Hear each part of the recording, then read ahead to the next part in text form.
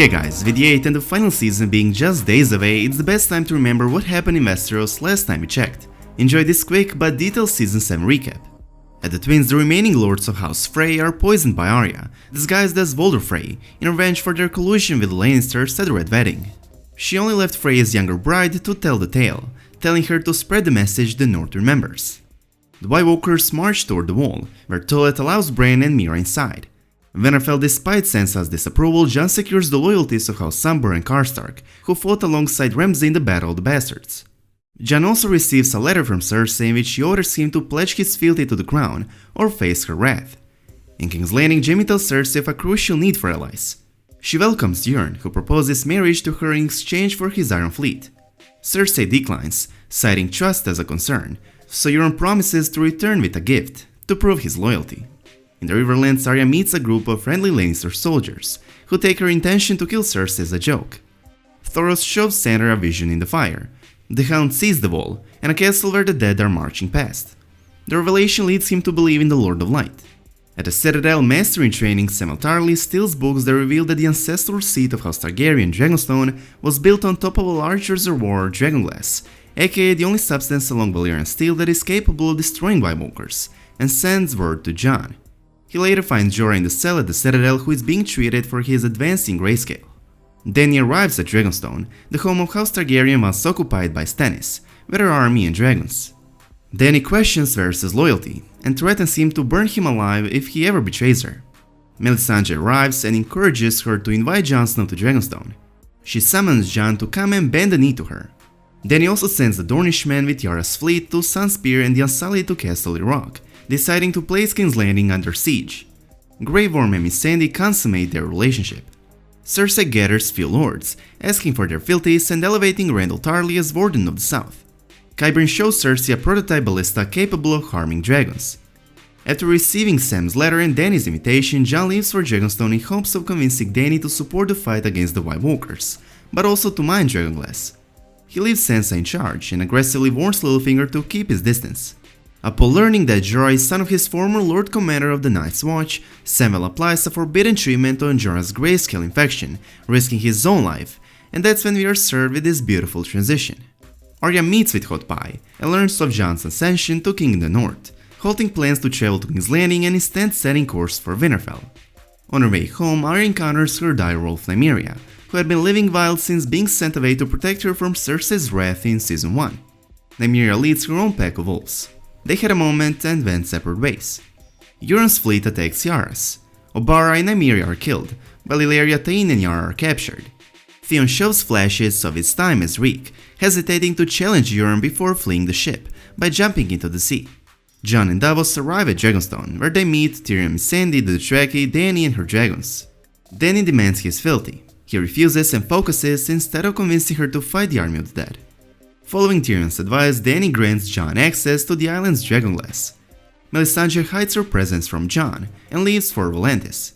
Bran arrives at Winterfell and reveals his newfound role as the Three-Eyed Raven to Sansa. Bran's return was as disturbing for Sansa as it was comforting. Bran Stark died in that cave, what's left is the Three-Eyed Raven. Being the omniscient Three-Eyed Raven meant that Bran knew all about his sister's travails during their separation. He saw what Ramsay did to Sansa. In King's Landing, Euron returns with Illyria and Taine as a gift for Cersei, who promises to marry him after the war is won. She also rewards him co-control of her military alongside Jaime. Cersei administers to Taine the same poison used to kill Myrcella, forcing Illyria to watch her daughter impending death. In Old Town, healed Jorah leaves to find Dany. Ebrose forgives Samwell. Grey Worm and the Unsullied attack Casterly Rock, only to find it mostly abandoned. Jaime led most of the Lannister forces in the attack of Highgarden, while Euron's fleet ambushes and destroys the Unsullied ships. The Lannister forces overwhelm Olenna's army. Jaime offers Olenna a quick and painless death by poison. After drinking it, she confesses to poisoning Joffrey. Arya returns to Winterfell, where she reunites with her siblings Sam and Bran, and spars Brienne, where she shows her exceptional fighting skills. Bran unemotionally bids farewell to Meera, divulging that he is no longer the boy she accompanied to the north. Littlefinger presents Bran with a dagger that was previously used in his attempted assassination, and Bran presents him with his own climbing the ladder line. Theon shows up at Dragonstone on a Greyjoy ship, and Jon spares his life only because he helped Sansa escape from the Boltons. Cersei assures the Iron Bank a full return on their investment, as the train carrying gold from Highgarden is on its way to King's Landing. In the cave filled with dragonglass, Jon reveals ancient paintings to Dany, depicting the First Man and the children of the forest joining forces against the undead, thus convincing Dany that the Night King is their biggest enemy. Later, Dany learns of the sacking of Highgarden by the Lannister forces, and realizes her attack on Castle Little Rock was a distraction. Despite Tyrion's protests, she decides to take action. Led by Dany riding Drogon, the Dothraki cavalry catches the Lannister army by surprise, and decimate or capture its remaining forces. Drogon is wounded during the fight by a spear, fired from the Scorpion Ballista. Jaime's desperate charge on horseback at the vulnerable Dany is countered by Drogon spewing fire. Bronn tackles Jaime into the river to save him. Dany offers the remnants of the Lannister army the choice, to pledge fealty to her or die. Against Tyrion's advice, she has Drogon burn Randyll and Dickon Tarly, who refuse to submit. Jaime and Bronn return to King's Landing. Dany returns to Dragonstone while riding Drogon. Jon watches as they land, and remains calm even when Drogon roars. Sensing something in Jon, Drogon allows him to get close enough and pet him, much to the surprise of Dany. Jorah arrives at Dragonstone as well, and reunites with Dany, who happily welcomes him back into her service. Mr. Vulcan on Bran's orders alerts Jon at the Citadel about the Whites approaching Eastwatch. Jon decides to travel beyond the wall and capture White in order to convince Cersei for a temporary alliance. Davos smuggles Tyrion inside King's Landing, where he secretly meets with Jaime with the help of his old friend Sir Bronn of the Blackwater. Cersei informs Jaime that she is pregnant with his baby. Davos reunites with Gendry and returns him to Dragonstone, where Gendry meets Jon and states that they should trust each other and fight alongside each other, just like their fathers Ned and Robert did, although ironically Gendry's father and Jon's true father were actually each other's biggest enemies. With the Citadel ignoring Vulcan's letter and Bran's claims, Samwell steals several books and leaves with Gilly and Little Sam. Although before that, Gilly comes across evidence that Rhaegar Targaryen had his marriage annulled, and at the same time married someone else in a secret ceremony in Dorne. At Winterfell, Littlefinger notices Arya spying on him, and leads her to take a letter written by Sansa from his room. Jon, Jorah and Gendry, joined by the Hound, the Brotherhood, and a group of the Free Folk led by Tormund, leave Eastwatch and pass the wall, intending to capture White as an evidence for Cersei that the Army of the Dead is real. At Winterfell, Littlefinger plots to isolate Sansa. Tensions between Arya and Sansa grow following Arya's discovery of the letter Sansa sent as a child, begging for Robert's fealty to Joffrey. Sansa discovers Arya's bag of faces she took from Braavos. At Dragonstone, Tyrion counsels Dany about her upcoming negotiations with Cersei. Beyond the Wall, Jon leads a raiding party to capture White to bring south as an evidence of White Walker's existence. They are attacked by the White Polar Bear, which resulted in a few wildlings killed and Thoros mortally wounded. After successfully capturing a White, the group is then attacked by the Night King's entire army. Jon has Gendry return to Eastwatch and send a raven to Dany to request for help. Thoros dies overnight. Dany arrives and saves the group from the Whites, with the help of her dragons. The Night King, the leader of the White Walkers, throws Ice Spear at Viserion, one of Dany's dragons, and kills it. Dany flies off along with the raiding party, but is unable to save Jon. Benjen Stark intervenes, and sacrifices himself to allow Jon to escape. When Jon and Dany are reunited, Jon pledges himself and the North to Dany as the Queen. The Night King's minions pull Viserion's corpse from the lake. The Night King reanimates Viserion, making the dragon a part of his army. At King's Landing, the White is presented to the Lannisters.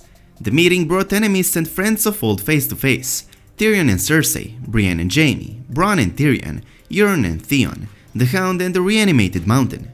The two Clegane brothers did not have their long-awaited clash, but the Hound mysteriously told Gregor that he knew what was coming for him. He had always known. Young Greyjoy appeared to decide to cut his losses and run back to the Iron Islands, which, as we found out later, was a lie and just part of Cersei's plan. Cersei demands Jon's neutrality in the Great War, but he upholds his oath to Dany, provoking Cersei to leave. Tyrion meets privately with Cersei, apparently persuading her to ally. Tyrion also realizes his sister is pregnant. Cersei later reveals to Jaime that she was lying. She is not planning to send her army north, but instead intends to use the Golden Company to secure her hold on Westeros. Cersei will use Euron's fleet to bring them from Essos. Disgusted, Jaime deserts her and rides north to help Jon and Dany. At Dragonstone, Theon earns the respect of his men and leads them to rescue Yara. At Winterfell, Littlefinger creates chaos using Arya's threatening demeanor with Sansa, leading to a trial. To his surprise, Littlefinger finds himself accused of homicide, treason and betrayal, with Bran confirming the extent of his crimes. Littlefinger is executed by Arya. Littlefinger's throat was cut by Arya, using a dagger with which Bran was almost killed. Despite Littlefinger's machinations, the Stark siblings ended the season united, recognizing that the lone wolf dies but the pack survives. Samwell arrives at Winterfell and meets with Bran, where both discuss Jon's parentage. They realize Jon is trueborn Targaryen named Aegon, a legitimate heir to the Iron Throne, as his parents Rhaegar Targaryen and Lyanna Stark married in secret. On their way to the north, Jon and Dany make love. At Eastwatch, the Night King rides the undead dragon Viserion and collapses a section of the wall with blue dragon fire, allowing the army of the dead to march through and setting the events of the final season. That will be our Season 7 recap, and now you're fully ready for the final season of Game of Thrones. Thank you for watching.